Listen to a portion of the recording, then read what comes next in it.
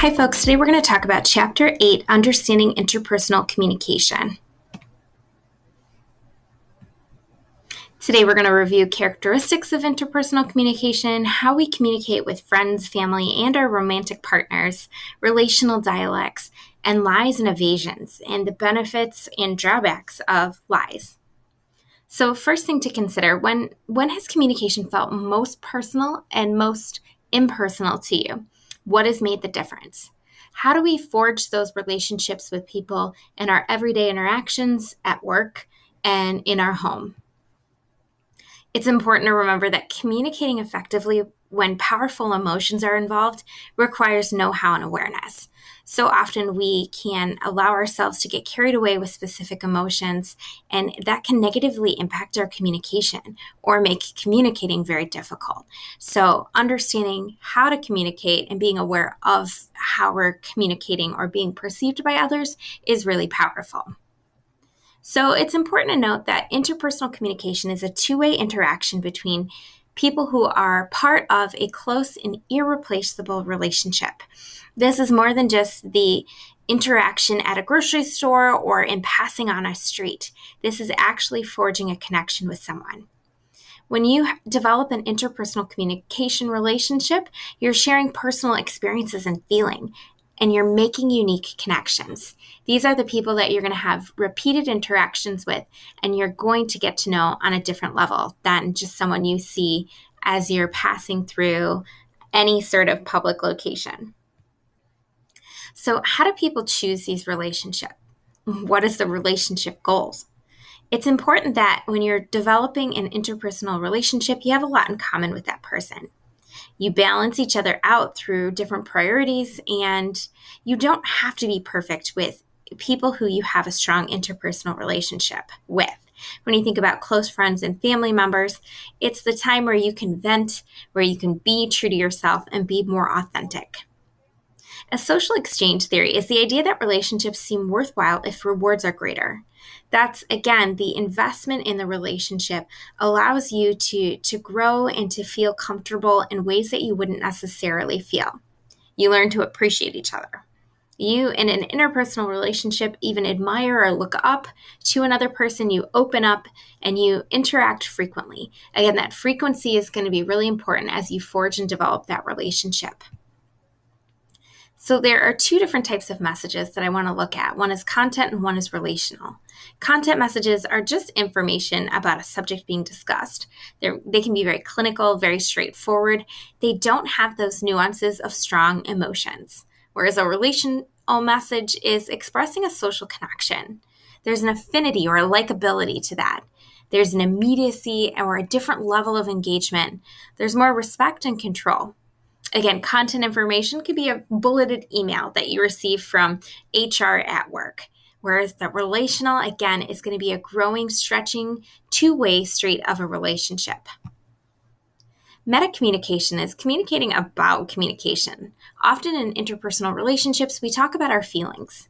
It provides something beyond the surface, and it isn't just about solving problems and can be a little risky because you're feeling vulnerable in meta-communication.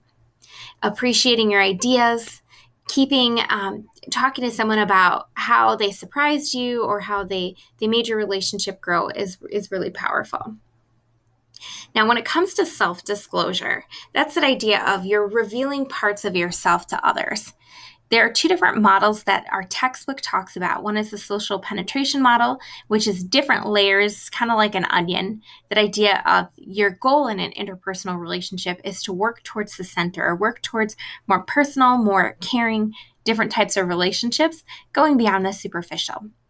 The Johari window involves self-disclosure and self-awareness. It is what is known to yourself and what is known to others. That is your open self. That is general knowledge and not necessarily knowledge that requires a interpersonal connection. What is known to yourself but hidden from others is often something that you save for very specific, very personal relationships. In an interpersonal relationship, sometimes you might not know something about yourself, but people who know you understand that. And then finally, the unknown self. That is what is yet to be discovered and is often uncovered in very strong interpersonal relationships.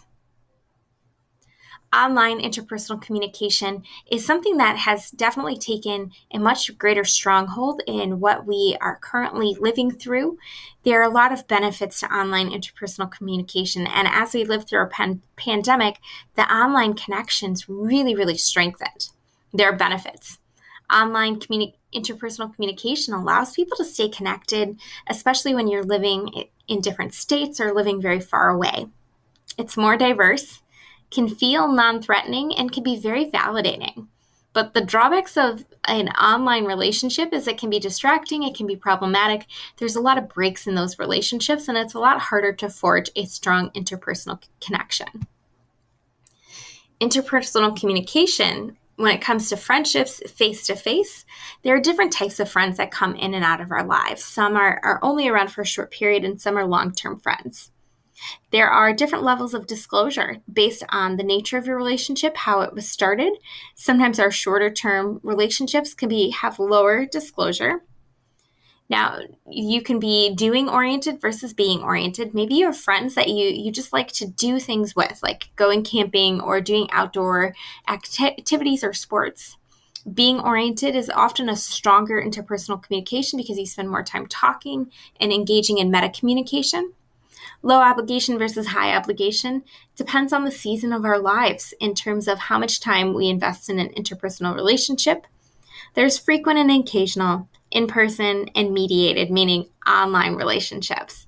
So these different levels are going to change from relationship to relationship and significantly impact our communication style. Gender and friendship. There's some questions to consider that our textbook proposes. Do men and women differ in friendship? Can men and women just be friends? Are there advantages to other sex friendships? Being friends with a male or a female, if you are the opposite, or if you identify as the opposite gender, can be powerful. And then how does gender diversity figure into friendship?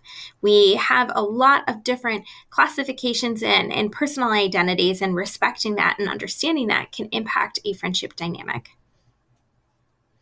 Another strong dynamic of relationships is the family relationship. Family, now it's important to note, does not have to be restricted by genetics. Oftentimes when we think of family, we think of people that are related by birth, but that's not necessarily the case, especially when it comes to adoption, when it comes to living in different parts of the world and country from maybe family members. You form your own family.